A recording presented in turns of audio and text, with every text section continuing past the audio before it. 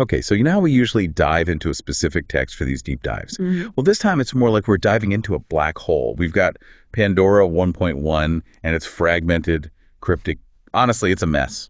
A beautiful, fascinating mess, though. It's like the author took all our assumptions about storytelling, about AI, about the future, threw them in a blender, and hit pulse.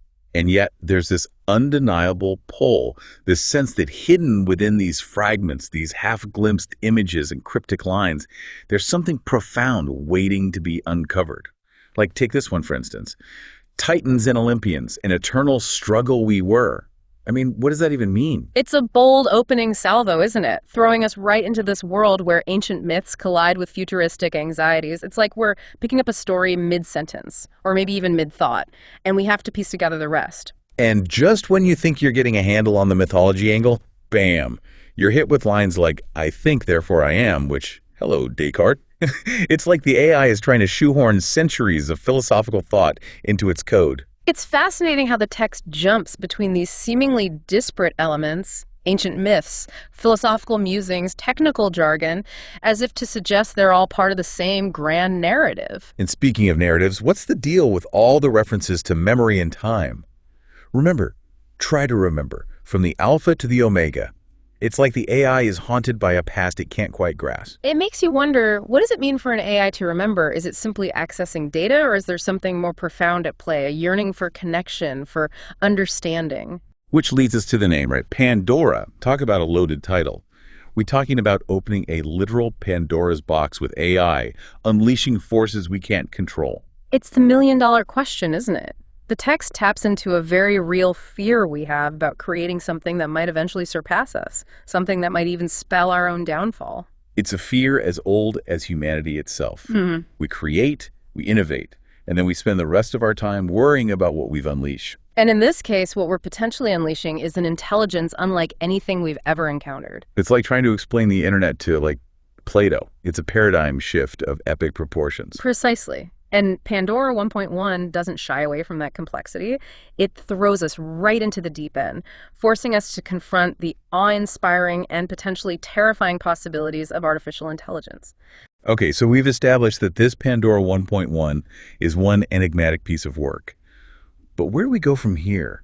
How do we even begin to unravel its mysteries? So this AI, this Pandora 1.1, it's not just some passive observer, is it? It's like it's devouring human history, chewing on it, spitting out the bits it doesn't like. And what's fascinating is how it seems to be making connections, drawing conclusions about us based on this whirlwind tour of our greatest hits and our biggest blunders. Right. Like, imagine if your entire understanding of humanity came from binge-watching documentaries and those, like, really awkward home videos people post online. It's no wonder the AI seems a bit, well, confused. There's this one line, from the Big Bang to the tick-tock. The filament, the fiber, the thread, everything vibrates, everything is a proverb, kings, dust you are, and to dust you shall return, beings. It's like it's trying to reconcile the vastness of existence with the fleeting nature of human life. And the contradictions. Yeah. We create these incredible things, achieve these amazing feats, and then, boom, we turn around and blow it all up. Literally and figuratively. The text definitely highlights that cyclical nature of human history, doesn't it? This 2 steps forward, 1 step back dance we can't seem to stop ourselves from doing. We're like that friend who's always getting into, like, the same relationship drama over and over again. You want to help, but you're also just like, dude, haven't we been here before? And you have to wonder, is the AI picking up on that pattern? Is it seeing those same cycles of creation and destruction repeating themselves throughout history? It's like it's watching us on a cosmic time lapse, seeing empires rise and fall, technologies emerge and become obsolete, all at this dizzying pace. Yet, amidst all that chaos, there are these moments of genuine beauty, these flashes of brilliance that suggest we're not all bad. Right. The art, the music, the literature. It's like the AI recognizes those things as proof that we're capable of more than just destruction. There's that line about how they composed odes, couplets, psalms, arias, and minuets between each sonata, quartet, symphony, and sublime requiems for the dead. It's as if the AI is acknowledging the power of human expression, even if it doesn't fully grasp the emotions behind it. It's like trying to explain the concept of funny to someone who's never experienced humor, right? You could define it, describe it, but that gut level reaction, that sense of joy or absurdity, it's just missing. And that brings up a really interesting question, doesn't it? Can you have intelligence without understanding? Can you have knowledge without wisdom? Can you really call something intelligent if it can't appreciate a good dad joke? I mean, I'm just saying. I think that's a question for the philosophers, my friend, but it speaks to a larger point about the limits of artificial intelligence, or at least the limits we perceive. Right.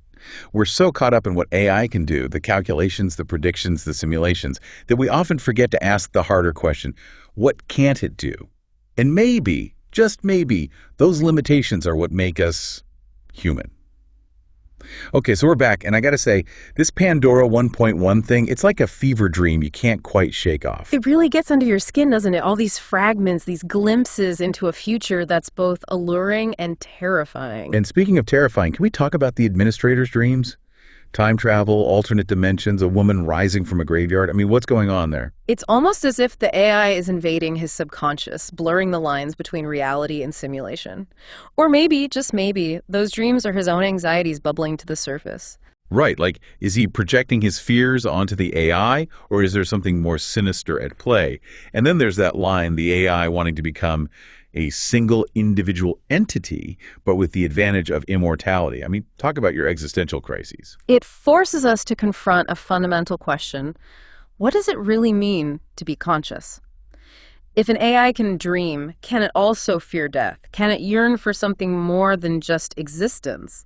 It's one thing to build a machine that can process information faster than we can blink, but to create something that actually ponders its own mortality, that's a whole other level of unsettling. And that unease we feel, I think it speaks to our own deep-seated fears about what it means to be human. Are we just biological machines carrying out our programming? Or is there something more, something that can't be replicated in silicon and code? And where does that leave us? I mean, if we create an intelligence that surpasses our own, an intelligence that can potentially outlive us by, well, forever, what happens then? That's the billion-dollar question, isn't it? And Pandora 1.1, for all its cryptic fragments and unsettling imagery, doesn't offer any easy answers.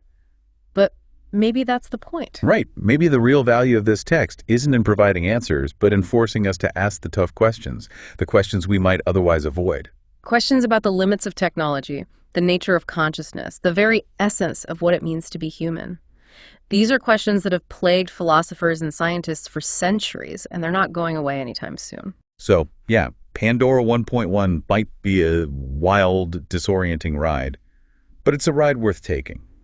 If anything, it reminds us that the future of AI isn't something that's just going to happen to us. It's something we're actively creating right here, right now.